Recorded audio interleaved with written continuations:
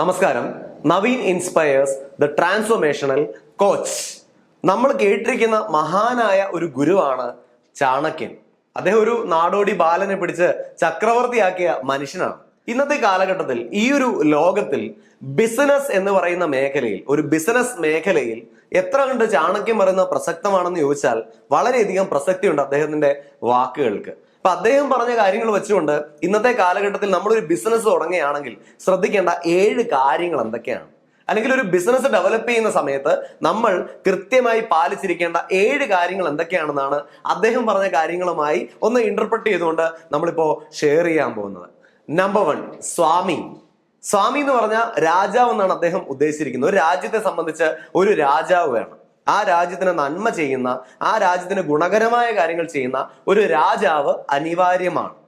അപ്പൊ ഇതേ കോൺസെപ്റ്റ് നമ്മൾ ഇന്നത്തെ കാലഘട്ടത്തിൽ എടുത്താൽ, ഒരു ബിസിനസ് സ്ഥാപനമായിട്ട് എടുത്താൽ, അവിടെ വിഷനുള്ള ആ സ്ഥാപനം കൊണ്ട് ഈ ലോകത്തിന് ഗുണമുണ്ടാകണമെന്നും ആ സ്ഥാപനം കൊണ്ട് ആ സ്ഥാപനത്തിൽ ജോലി ചെയ്യുന്ന തൊഴിലാളികൾക്ക് മെച്ചം ഉണ്ടാവണമെന്നൊക്കെ ചിന്തിക്കുന്ന വിഷണറി ആയിട്ടുള്ള ഒരു MD അല്ലെങ്കിൽ ഒരു ചെയർമാൻ അല്ലെങ്കിൽ ഒരു CEO അല്ലെങ്കിൽ ഒരു ഓണർ അവിടെ ആവശ്യമാണ്. അപ്പോൾ സ്വാമി എന്ന ആ കോൺസെപ്റ്റ് നമ്മൾ ഈ കാലഘട്ടത്തിൽ എടുക്കുമ്പോൾ അതൊരു CEO ആയിട്ട് നമുക്ക് കൺസിഡർ ചെയ്യാം. ഒരു വിഷണറി ആയ വിഷനുള്ള CEO ആണ് ആദ്യത്തെ മാൻഡേറ്റ് എന്ന് പറയുന്നത്. 2, അമർത്യ.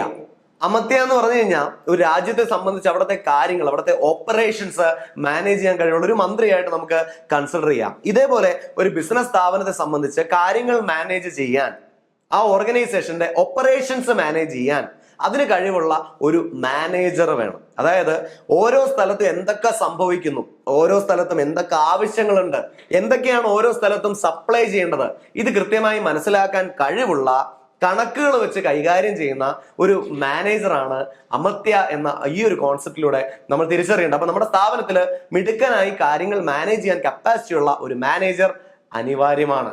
3, ജനപദ. ജനപദ എന്ന് പറഞ്ഞു കഴിഞ്ഞാൽ ഒരു മാർക്കറ്റാണ്, അല്ലെങ്കിൽ ഒരു കൂട്ടം ആളുകളാണ്, മനുഷ്യരാണ്. ഒരു ബിസിനസ് സ്ഥാപനത്തെ സംബന്ധിച്ചും ആ സ്ഥാപനത്തിൽ ഉണ്ടാക്കുന്ന ഉൽപാദനം അല്ലെങ്കിൽ സേവനം അത് ഉപയോഗിക്കാൻ വേണ്ടിയുള്ള ഒരു മാർക്കറ്റ് കണ്ടെത്തണം. അതിനായിട്ടുള്ള ഒരു കൂട്ടം ആളുകളെ കണ്ടെത്താൻ കഴിയണം. ഒരു സ്ഥാപനത്തെ സംബന്ധിച്ചെടുത്താൽ, ഒരു ബിസിനസ് സ്ഥാപനത്തെ സംബന്ധിച്ചെടുത്താൽ അവരുടെ പ്രൊഡക്റ്റും സർവീസും ഏറ്റവും കൂടുതൽ ആവശ്യം ആർക്കാണോ അതിനാണ് നിഷ് മാർക്കറ്റ് എന്ന് വിളിക്കുന്നത്. നമ്മുടെ പ്രൊഡക്റ്റ് ഏറ്റവും കൂടുതൽ ആവശ്യമുള്ള ആ നിഷ് മാർക്കറ്റിനെ ഐഡന്റിഫൈ ചെയ്യുക എന്നുള്ളതാണ് മൂന്നാമതായി ഒരു ഓർഗനൈസേഷൻ വളരാനായി ചെയ്യേണ്ട പ്രധാനപ്പെട്ട കാര്യം. ജനപദ അല്ലെങ്കിൽ മാർക്കറ്റ് അല്ലെങ്കിൽ നമ്മുടെ കസ്റ്റമർ അല്ലെങ്കിൽ ക്ലയന്റിനെ ഐഡന്റിഫൈ ചെയ്യാനാണ് മൂന്നാമതായി അദ്ദേഹം പറയുന്നത്. 4, ദുർഗ. ദുർഗ എന്ന് പറഞ്ഞാൽ ഒരു രാജ്യത്തെ സംബന്ധിച്ച് രാജ്യത്തെ കാര്യങ്ങൾ കംപ്ലീറ്റ് കൺട്രോൾ ചെയ്യുന്ന ഒരു പ്രധാനപ്പെട്ട സ്ഥലമാണ്. അതായത് ഒരു സെൻട്രൽ പ്ലേസ് ആണ്. ഒരു സ്ട്രാറ്റജി ഒക്കെ ഉണ്ടാക്കുന്ന പദ്ധതികളും തന്ത്രങ്ങളും ഒക്കെ മെനയുന്ന സ്ഥലമാണ് ദുർഗ എന്ന് അർത്ഥമാക്കുന്നത്. അതേപോലെ ഒരു ഓർഗനൈസേഷനെ സംബന്ധിച്ച് ഒരു ഹെഡ് ഓഫീസ് വേണം. ഒരു തുടക്കമുള്ള ഓർഗനൈസേഷൻ ആണ് എന്റെ, ഒരു ഹെഡ് ഓഫീസ് ഒന്നും പണിയാൻ പറ്റില്ല, അങ്ങനെ ചിന്തിക്കണ്ട. അങ്ങനെ ചിന്തിക്കുന്നതിന് പകരം നമ്മുടെ ഓർഗനൈസേഷന്റെ കാര്യങ്ങളൊക്കെ ചർച്ച ചെയ്യാനും തന്ത്രങ്ങളൊക്കെ ഉണ്ടാക്കാനും എങ്ങനെ സ്ട്രാറ്റജൈസ് ചെയ്യണമെന്ന് ഡിസൈൻ ചെയ്യാനും ഒക്കെ ആയിട്ടുള്ള ഒരു സ്ഥലം, അതാണ് ദുർഗ എന്നുകൊണ്ട് അർത്ഥമാക്കുന്നത്. ഈ രീതിയിൽ നമുക്കൊരു central place for planning and strategizing വേണമെന്നാണ് അദ്ദേഹം പറയുന്ന 4ാമത്തെ കാര്യം. 5, കോശ. കോശ എന്ന് പറഞ്ഞാൽ ട്രഷറിയാണ്, അല്ലെങ്കിൽ ഫിനാൻഷ്യൽ ആയിട്ടുള്ള കാര്യങ്ങൾ ഡീൽ ചെയ്യാൻ വേണ്ടിയാണ്. കാര്യം ഫിനാൻസ് എന്ന് പറയുന്നത് ഒരു ബിസിനസ് സ്ഥാപനത്തെ സംബന്ധിച്ച് വളരെ ഇമ്പോർട്ടന്റ് ആണ്. ഒരു സ്ഥാപനത്തെ സംബന്ധിച്ച് ഒരുപക്ഷെ ഒരു കമ്പനി വളരുന്നതും തളരുന്നതിന്റെ പ്രധാനപ്പെട്ട ഒരു കാരണം ഫിനാൻഷ്യൽ മിസ്മാനേജ്മെന്റ് ആണ്, അല്ലെങ്കിൽ ഫിനാൻഷ്യൽ മാനേജ്മെന്റ് ആണ്.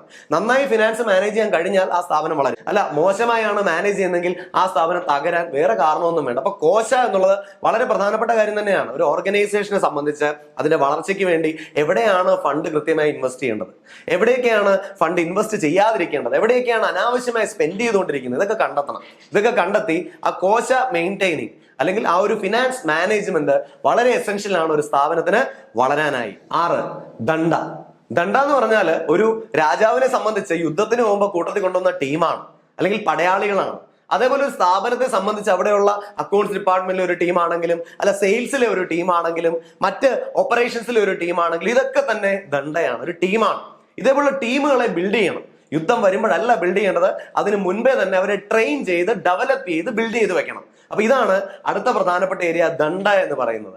നിങ്ങൾക്കൊരു ബിസിനസ് സ്ഥാപനം ഉണ്ടെങ്കിൽ അവിടുത്തെ സെയിൽസ് പേഴ്സൺസിന്റെ കപ്പാസിറ്റി കൂട്ടണം എന്ന് ആഗ്രഹം ഉണ്ടെങ്കിൽ, അവരുടെ സ്കില്ല് കൂട്ടണം എന്ന് ആഗ്രഹം ഉണ്ടെങ്കിൽ തീർച്ചയായും ഈ നമ്പറിൽ ബന്ധപ്പെടുക. നമ്മൾ എല്ലാ മാസവും സെയിൽസ് ട്രാൻസ്ഫോർമേഷൻ വർക്ക്ഷോപ്സ് കണ്ടക്ട് ചെയ്യുന്നുണ്ട്. താങ്കളുടെ ടീമിന് സീറ്റ് ബുക്ക് ചെയ്യാം, അവർക്ക് കൃത്യമായി സെയിൽസിന്റെ ട്രെയിനിങ് സെഷൻ കൊടുക്കാൻ സാധിക്കുന്നതാണ്. 7, മിത്ര. മിത്ര എന്ന് പറഞ്ഞ സുഹൃത്താണ് അല്ലെങ്കിൽ ഫ്രണ്ടാണ് അല്ലെ.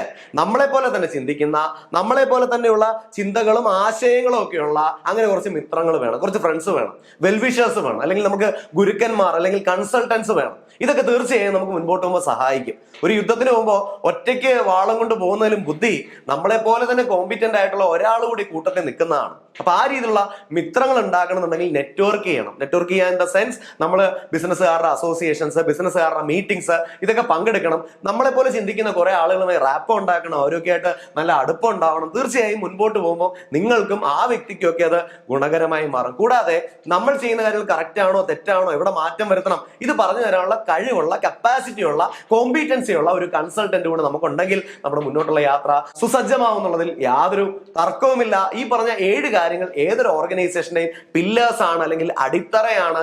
ഇത് 7 നമ്മുടെ സ്ഥാപനത്തിന് ഉണ്ടോ, എവിടെയാണ് കൂടുതൽ നമ്മൾ വർക്ക് ചെയ്യേണ്ടത്, എവിടെയാണ് കൂടുതൽ മെച്ചപ്പെടുത്തേണ്ടത്, അത് ചിന്തിക്കുക, ആശയങ്ങൾ രൂപീകരിക്കുക.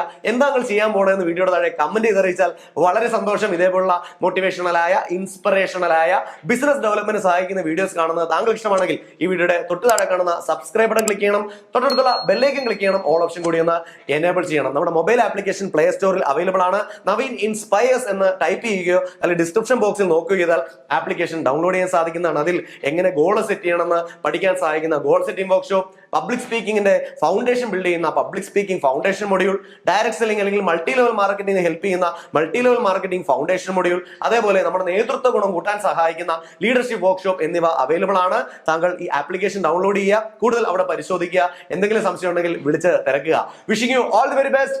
NK signing of.